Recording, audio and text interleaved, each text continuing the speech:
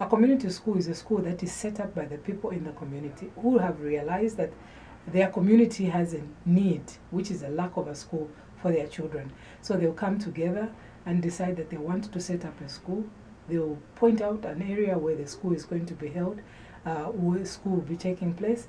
They will recruit the teachers, they will enroll the children, they will even determine the syllabus, or rather the school hours, whether the school is going to run the whole day from morning till 17 hours, or if they're going to run from morning till midday, or from midday till the afternoon, or if it's a farming community, that they will have a school holiday from the time that they start farming up to the time that they collect the harvest. So they determine all of these things, which is different from the government schools, because the government schools have got a rigid program, like a timetable, that schools are going to open in the second week of January and will run for 13 weeks until the first week of April, when they take a break for 4 weeks and then reopen again in the second week of May, like that. That way, whether it's a farming community or a fishing community or whatever, a child has to be in school within that period, or if they miss out, they may be kicked out.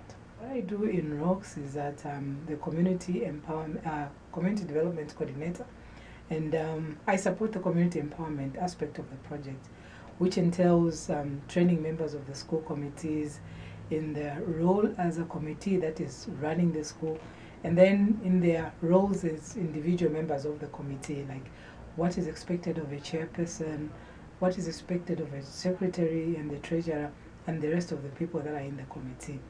And apart from the training for the school committees, we're also looking at aspects of raising money for the school. There are various ways that the committee and the community can work together to raise income that is going to support the school.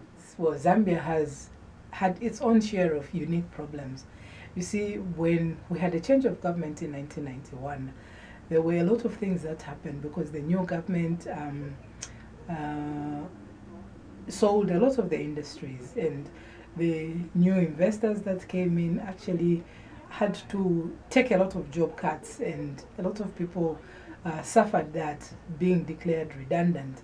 But then again, around the same time, we had a lot of people that had contracted HIV and AIDS in the past years, now with full effects coming on, people dying. So we had two groups of people where the parents and guardians were dying, and those that were not dying were being declared redundant. So we had huge numbers of children that were having to leave school, not because they chose, but circumstances forced them to come out of school. The ones that we would call pushed out of school because of what was happening in their lives. Their parents couldn't afford to pay school fees, so the school management would send them home, and so they were pushed out of the education system.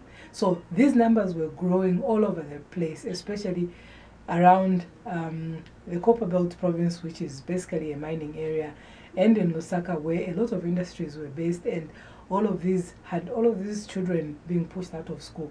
And the communities realized that if these children continue to be out of school, we risk having a population that was going to have a lot of illiterate young people. So individually, they started coming together and forming up community schools. Community schools movement could have started in the early 90s, because I know that there are some schools that we're working with in eastern Zambia that say that they started in 1992. But the movement was officially registered and recognized in 1998. So it's been around for how many? Quite a number of years, actually. Yeah. It's a movement that is recognized by the Ministry of Education and other sectors that support education, like international NGOs such as UNICEF, which actually do recognize that there is an alternative system that's providing basic education to Zambian children, and it's called the Community Schools Movement.